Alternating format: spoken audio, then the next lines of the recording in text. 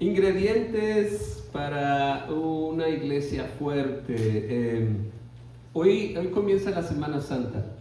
Empezamos una de las celebraciones más grandes de la iglesia. Hay tres celebraciones más grandes: la Navidad, la llegada de Cristo al mundo, y Pentecostés, que es la llegada del Espíritu Santo a los creyentes. Y ahora la Semana Santa, donde celebramos la entrada triunfal. Hoy es Domingo de Ramos, como se conoce, en la entrada triunfal de Jesús a Jerusalén, cuando ya era el tiempo de que diera su vida en la cruz. Y celebramos también la resurrección en la Semana Santa. Entonces, conmemoramos la pasión de Dios por nosotros, la entrega de Jesús en la cruz. Y algo bonito que podemos reflexionar es que Dios no solo habla bonito, Dios actúa de una manera maravillosa, respalda sus palabras. Cuando dice te amo, no nada más lo dice de dientes para afuera, lo respalda con acciones. Y todo esto es central para nuestra fe. Por eso quiero que meditemos en la confianza y en el poder de Dios para fortalecer la iglesia. Que la iglesia es algo que quiero que a usted le quede claro, que es difícil cambiar el paradigma. La iglesia no es el edificio, la iglesia somos nosotros, las personas que adoramos a Dios, los seguidores de Jesús, sus discípulos. Y para poder entender la fortaleza de la iglesia, tenemos que entender que la fortaleza, dice la palabra de Dios en Zacarías 4:6, no es con ejército, no es con fuerza, sino con mi espíritu, ha dicho Jehová de los ejércitos. La fuerza de la iglesia es la fuerza del Espíritu Santo. Sin el ministerio del Espíritu Santo nos vamos a debilitar, vamos a ser muy débiles. Pero con la presencia y la obra del Espíritu Santo entre nosotros, somos una iglesia fuerte a pesar de las apariencias. Vamos a Juan capítulo 12, versículos 11 al 15. Dice así la palabra de Dios: Al día siguiente, muchos de los que habían ido a la fiesta se enteraron de que Jesús se dirigía a Jerusalén. Tomaron ramas de palma y salieron a recibirlo, gritando a voz en cuello: ¡Hosana! Bendito el que viene en el nombre del Señor, bendito el Rey de Israel. Jesús encontró un burrito y se montó en él, como dice la Escritura: No temas, hija de Sión, mira, aquí viene tu rey, montado sobre un burrito. ¿Qué está pasando en este pasaje? Bueno, como les decía, esto es lo que se conoce como la entrada triunfal, lo que celebramos el Domingo de Ramos, porque tomaron esos ramos, esas ramas de palma, y con eso le dieron la bienvenida a Jesús.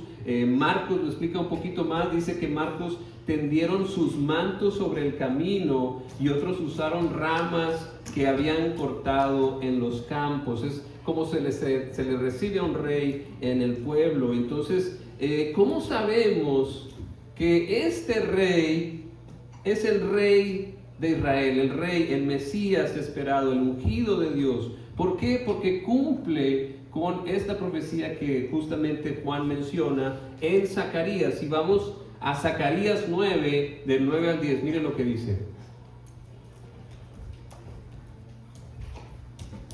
Dice: Alégrate mucho, hija de Sión, grita de alegría, hija de Jerusalén, mira que tu rey viene hacia ti como justo, salvador y humilde. Viene montando un asno, en un pollino cría de asna. Destruirá los carros de Efraín y los caballos de Jerusalén, quebrará el arco de combate y proclamará paz a las naciones. Su dominio se extenderá de mar a mar, desde el río Éufrates hasta los confines de la tierra. ¿Pero cómo? O sea, es un rey humilde, pero tiene este poder tan grande. Dice que va a destruir los carros de Efraín, los caballos de Jerusalén, quebrará el arco de combate y proclamará paz a las naciones, y su dominio se extenderá de mar a mar. ¿Y dónde está el ejército de Jesús? Quiero yo preguntar. ¿Dónde está su grande caballería? ¿Cómo va a lograr esto Jesús? No tiene ejército, ni siquiera tiene dinero. ¿Cómo le va a hacer? Así que por eso le digo, no se deje llevar por las apariencias. La fuerza y el poder de este rey no es visible a simple vista. Es una vista espiritual la que uno necesita para ver el gran poder de Jesús. Y de eso depende, nuestra respuesta a la venida de Dios. O sea, para ti Jesús va a ser esta persona que llega en un burro, o va a ser el gran rey del que está hablando Zacarías. ¿Cómo vas a recibir tú a este rey? Y entonces, ¿cómo le hace para vencer? Y lo que tenemos que entender es que el poder de Dios se manifiesta diferente. El poder de Dios repele los demonios, sana, alimenta a muchedumbres y hasta levanta a los muertos. Y sobre todo, tiene poder por algo que nadie puede, que es vencer al pecado. Este poder no se puede comprar. No se puede comprar, viene de Dios y es a través de su Espíritu. Así pudiera haber traído Jesús un ejército y la espada, no serían rival para el pecado. No se puede. El Espíritu de Dios es el que da la victoria. Por eso no es con fuerza como la iglesia se debe medir, con fortaleza según el mundo, sino como por ejemplo la cantidad de gente que está aquí, esa es la fuerza que tiene la iglesia. No es así. La fuerza que tiene una iglesia es la fuerza del Espíritu Santo. Y por eso quiero compartirles estas 5 cosas que podemos pensar que son los ingredientes de una iglesia fuerte. Y la primera es un sentido de confianza en Dios. Jesús confiaba en la guía y en el poder del Espíritu Santo. Cuidaba su vida espiritual. Sí, algo que tenía Jesús que era interesante es que se levantaba muy temprano en la mañana o se quedaba muy tarde en la noche, o a veces hasta se desaparecía. ¿Y dónde estaba? ¿Estaba en el templo o estaba orando? Solo en la montaña, solo con el Padre. Pasaba tiempo con el Padre, dejaba multitudes para estar con su Padre. Y eso es algo que nosotros debemos de hacer también, pasar tiempo con el Padre. Una iglesia fuerte confía también en lo que Dios puede hacer, que es muchísimo más de lo que puedas tú imaginar. Si tú tenías una visión de lo que Dios puede hacer, Dios va más allá. De hecho, el cielo, ustedes imagínense lo más hermoso que pueda imaginarse de un lugar. Dios lo va a superar. Dios lo va a superar. Dios hace muchísimo más de lo que podamos imaginarnos o pedir. Por eso tenemos que tener este sentido de confianza. La fortaleza viene de confiar en el plan de Dios. La buena provisión de Dios, en confiar en que Dios me va a dar. El Salmo 37:5 dice: encomienda al Señor tu camino, ¿qué? Confía en Él y Él actuará. Entonces tenemos que poner la confianza en Dios para ser una iglesia fuerte. Y también como iglesia tenemos que ayudarnos unos a otros. Que nuestras conversaciones nos llevan al cultivo de ese poder del Espíritu Santo. En una iglesia fuerte se desarrolla la fe, se desarrolla la espiritualidad, la vida de oración. La gente ora, y cuando estamos juntos orando pasan cosas. No es lo mismo cuando uno está solo a orar juntos. Sabe que sin la oración estamos perdidos. Y nuestras conversaciones en la iglesia nos dirigen a Jesús, nos dirigen a practicar las disciplinas espirituales, a ponernos esa armadura de Dios. ¿Cómo está tu armadura? Oye, ¿no traes el casco? No traes el casco de la salvación, te estás olvidando de la salvación. No traes el cinturón, se te están cayendo los pantalones. Cinturón de la verdad. No estás protegiendo tu corazón con la justicia, actuando justamente. No estás practicando con tu espada. Tu palabra de Dios, ¿cómo está? ¿Cómo está tu conocimiento de la palabra? Ya les he compartido a alguien, te estás poniendo los zapatos del Evangelio. La iglesia fuerte tiene confianza en Dios y dirige su vida a Dios, al poder del Espíritu, a la armadura de Dios. Una iglesia fuerte tiene la convicción de que Dios está vivo y actuando en nuestras vidas. Se respira, se siente la esperanza, no pesimismo, sino la esperanza de que Dios está en medio de nosotros. Amén. Una iglesia fuerte tiene un sentido de confianza en Dios.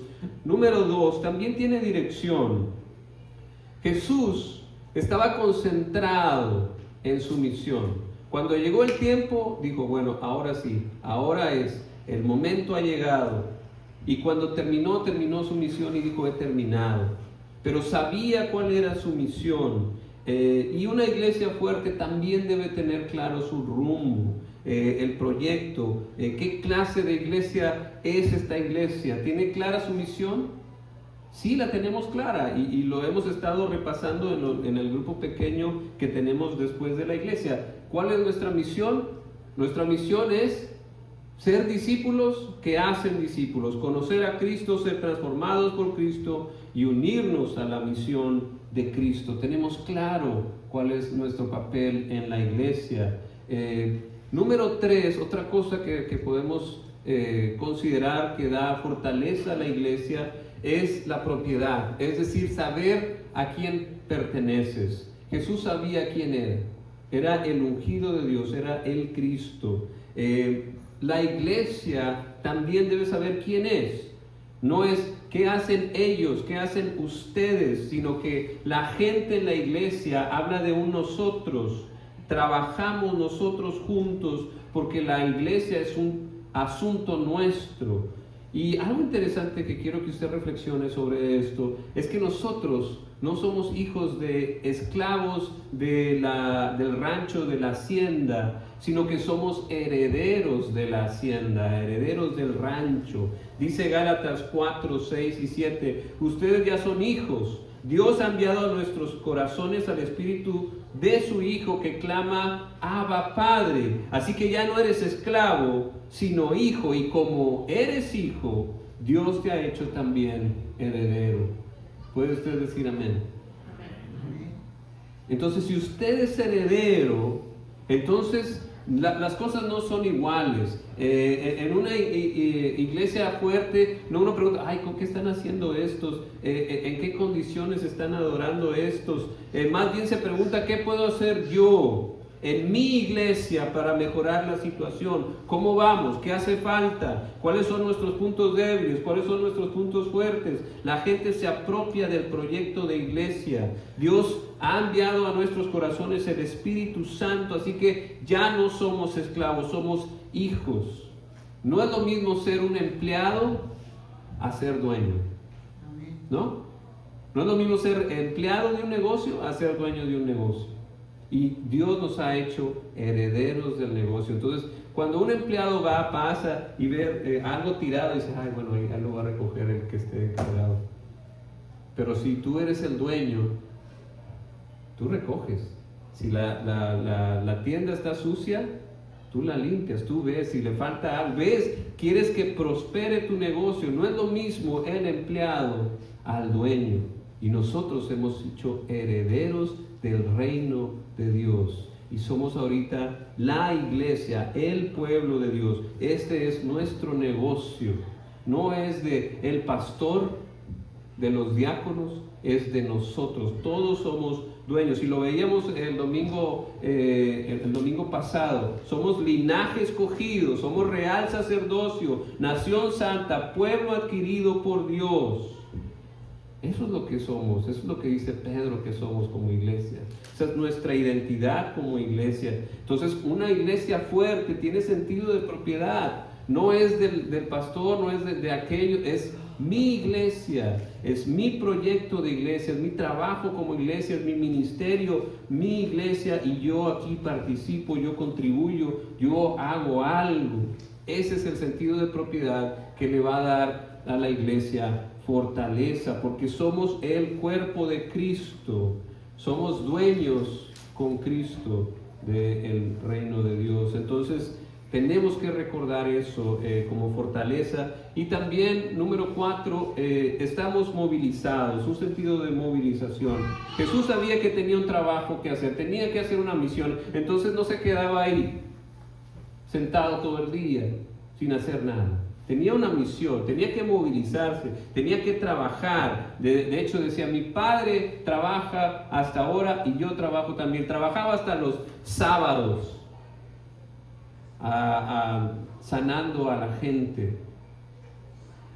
En una iglesia fuerte hay que estar haciendo algo. Cada quien tiene un papel. Estamos ocupados con una tarea específica. Todo esto es la movilización de los miembros, que no se cumple aquí el famoso 80-20. La regla, ¿sabes cuál es la 80-20?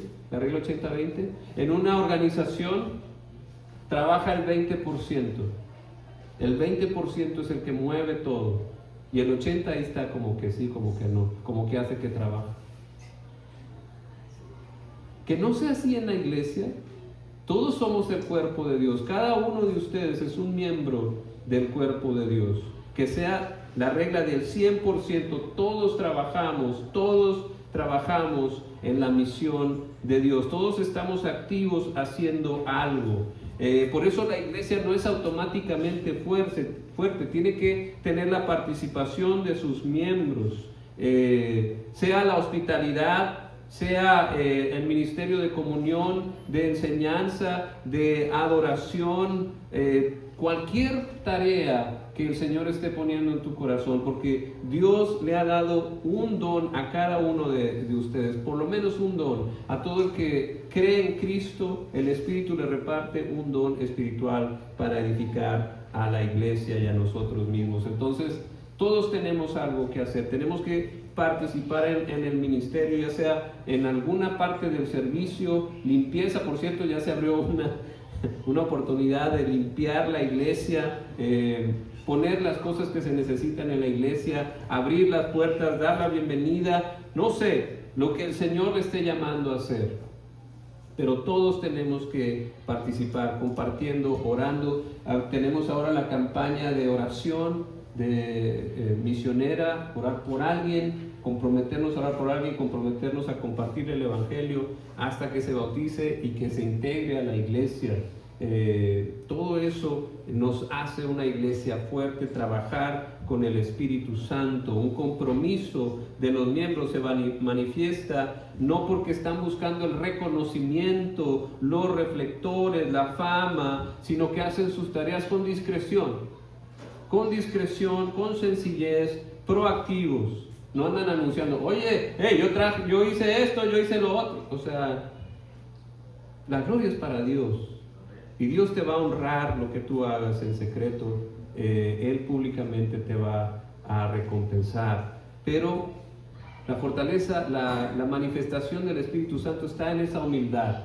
Yo hago las cosas, pero no para que todos me vean, sino lo hago para honrar a Dios.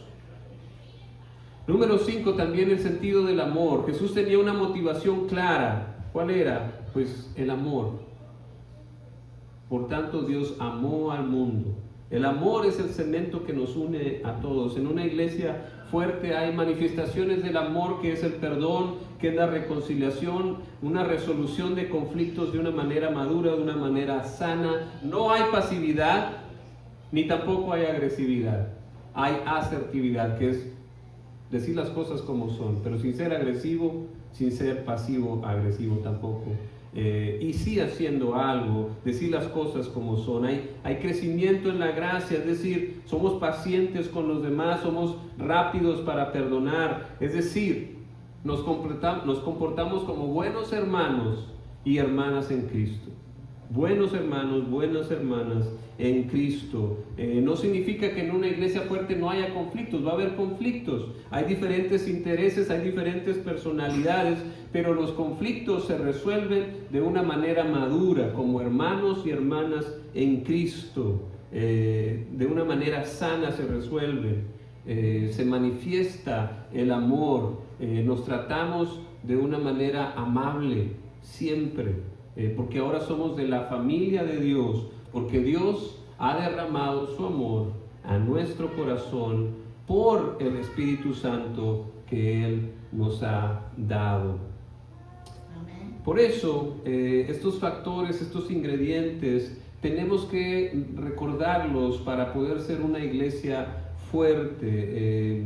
Recordar cuál es el plan de Dios, cuáles son sus promesas, qué es el Evangelio, que nos dice que por fe somos salvos, que por fe somos adoptados hijos de Dios, herederos, que vamos a tener parte con Él en la eternidad. Por eso tenemos que recordar que una iglesia fuerte, queremos ser una iglesia fuerte, tenemos que tener confianza en Dios, tenemos que saber bien cuál es la dirección, cuál es la misión, ser discípulos que hacen discípulos, que hacen discípulos, que hacen discípulos, que hacen discípulos.